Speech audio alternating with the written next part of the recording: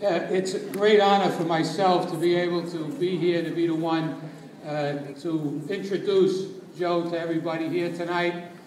Before I do that, though, I would like to also, on behalf of myself, congratulate the committee for another swell night and another grand affair. That's the Italian heritage that we have here tonight for the Christopher Columbus festivities. Now, and also I know for sure Carol Ann is looking down tonight with a tremendous smile on her face.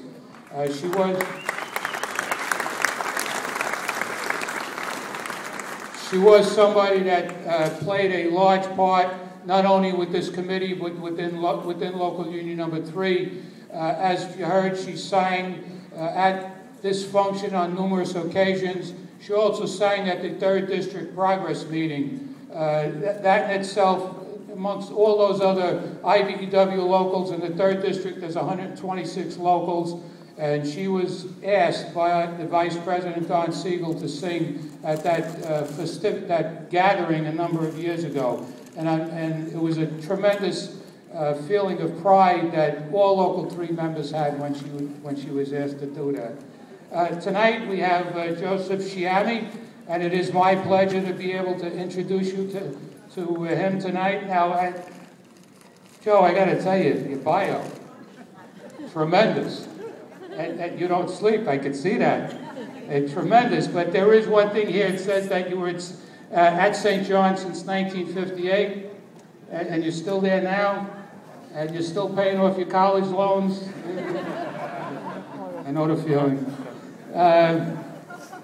As things happen, though, as my wife and I were driving here tonight, there was a car in front of us, and it had one of them vanity plates. And my wife sort of knew what it meant, but she called our son, who took, while he was in high school, took Japanese, French, and Italian for 4 years, so it was like a test, I guess. And the plate said, Mia ti amo, and that means I love you. Is that correct? So it did, 4 years paid off. But when you look at Joe's resume, and it's in the program, and I ask everybody to read it, it's the love that Joe gave to everybody that asked his help, gave to the educational institution that he works for, with the pride of being able to give of himself. Selfishly. None of the stuff that's in here is really about Joe. It's about his giving to other people. And that's something that in itself is a great accomplishment. And I take it with great pride that at this time I present to you Joe Sciammi, but before I do that, I've got to read the plaque. So it says, on behalf of the Christopher Columbus Festival Committee of Local Union Number 3 IBEW, it is our honor to proudly present this award to Mr. Joseph Sciammi for your many years of hard work and tireless commitment to the Italian community, and for your friendship with Local Union Number 3 and the Christopher Columbus Festival Committee. We recognize and thank you for your outstanding leadership and dedication presented this 16th day of October 2010. Joseph, thank you for what you do.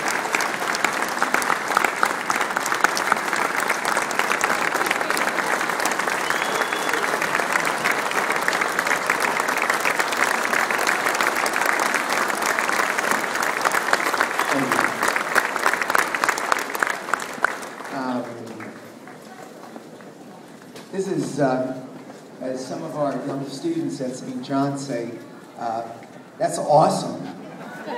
And you don't know how beautiful you look. I have not been in a room with this many people celebrating Columbus Day. This is absolutely incredible. Last time was, of course, when I was here 2 years ago, and then probably about 6 years ago. But I want to leave you with just two messages. Obviously, some of you have heard me speak on the topic of financial aid, which usually lasts about an hour and a half. It's Q&A for a half hour, and we never get out. But tonight I just want to leave you with some messages. Why are we here? We are really not here for me. for the honors or to eat all this wonderful food, although I'm closer to the food that you are, and I want some of this stuff later on. So, and I know what was done the last time, so I'm looking out for some of this later. This is absolutely a beautiful display. Let's hear it for the committee for having arranged this. But the reason we're here, Columbus Day recognizes the achievements of a great explorer who founded the first permanent European settlement in the New World. The arrival of Columbus in 1492 marks the beginning of recorded history in America, and it begins the celebration of a cultural exchange between America and Europe. Some of these points I read about early this morning in a magazine, and it talked about the beginning of the federal holiday in 1971, when it was declared such, and it commemorates the arrival on these shores of over 5 million Italians a century ago. Today, their children and grandchildren constitute the nation's 5th largest ethnic group, and as we know, here in New York State, the largest ethnic representative group of any ethnicity in New York State are Italian Americans. They have multiplied in number. I am very proud, and you can read some of what I do. Obviously, I've been at St. John's in multiple positions for over 40 years. My main job was being the director, the dean, the vice president for financial aid. I help many of your children and grandchildren over the years, and I meet them from time to time, great young men and young women. And in point of fact, I go back to the time when Harry Van Arsdale was here, when we would be in rooms like this, when we were at your breakfast, and with Tommy Van Arsdale, and now Eric.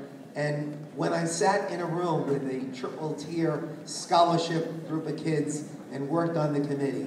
And since then, I've helped them with the Catholic Council, thanks to Austin. I've helped John Papandrea with the Colony Club and one or two of the other sub-clubs. And I've done it as a labor of love, because you are a very special group of men and women who work for this Local 3. You don't even know how special you are. You are a true fraternity of men and women together, working for the good of the union and what it means, and caring about one another.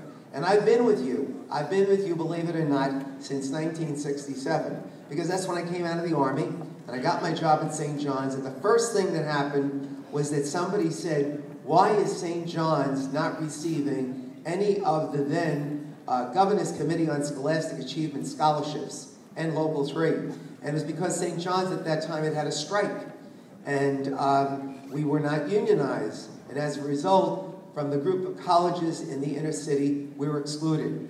I wrote a letter at that time, I think it was to Harry, and all I remember was then being invited to a meeting. And thereafter, we began this long 40-year history of St. John's students being then included in the scholarship program of the Governor's Committee and then Local 3. So I go back with you many, many years, and I have seen you in the best of times, I've seen you in difficult times, but most of all, I've become close to those of you who are electricians. Because of my involvement in the Sons of Italy, we have many of the electricians in our various lodges throughout the state.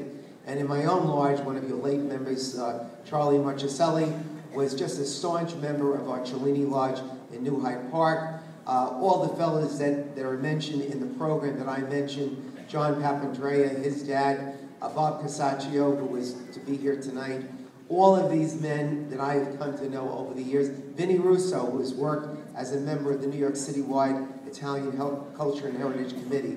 So it's really been a partnership. It's not just my involvement in the Italian-American community, but it's getting to know all of you, believing in what you do, believing in the whole ideal of unionism and what it does for this country. And I believe it. It protects us. We need it. And despite the bad times, we're going to get through this. We'll all get through it. Because whether you believe it or not, we suffer at the colleges and universities the same way. We suffer because young people have a hard time coming up with the increased tuition and other responsibilities. But we're there for them. So tonight, my actual speech was on a little card like this. And it said, thank you, and to express how proud you are. Talk about involvement and challenging. talk about Columbus, thank Tommy Van Arsdale and Chris Erickson and the whole committee, and be proud of who you are. I want you to know that despite the fact that we're here tonight celebrating where we are about Columbus, there are yet parts in America that cannot and do not celebrate Columbus Day. And one of those places is in Colorado. And a few years ago, the Sons of Italy had a legal suit against the city of Denver because they were throwing stones and tomatoes at the Columbus Day Parade because they said that he was a murderer, a thief, he brought disease to America. I don't know, I still haven't seen that video that they made 500 years ago about what Columbus did. So I can only assume that he didn't do whatever he's being accused of. But I'm happy to say that because of legal counsel, we did have the laws change in the city of Denver, and now the parade does take place in Denver, in Pueblo, and many other cities in the United States. So the Order Sons of Italy is working hard for that.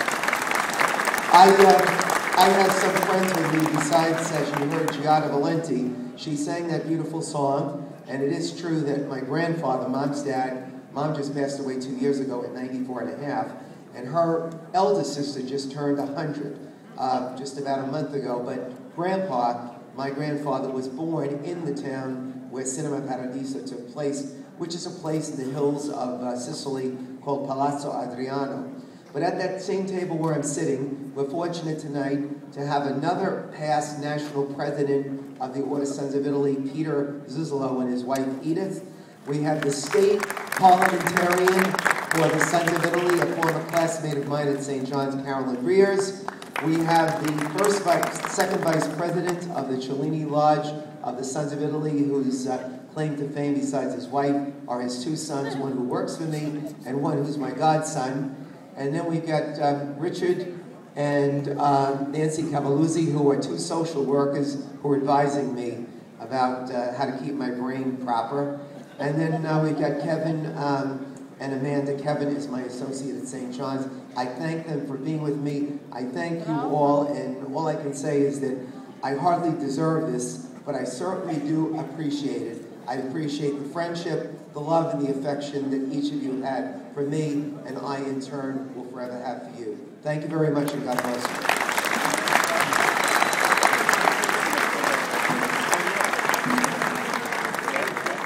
I'd like to ask Richie Duva to make a presentation to one of Joe's guests tonight, Edith Zuzolo. We have a bouquet for her. Thank you.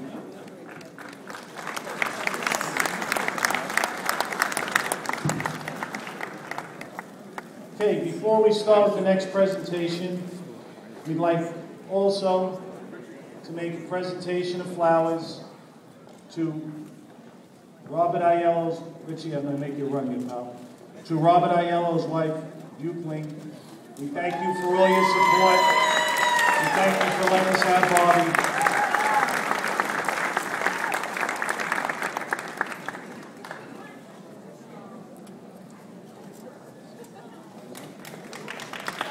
Thank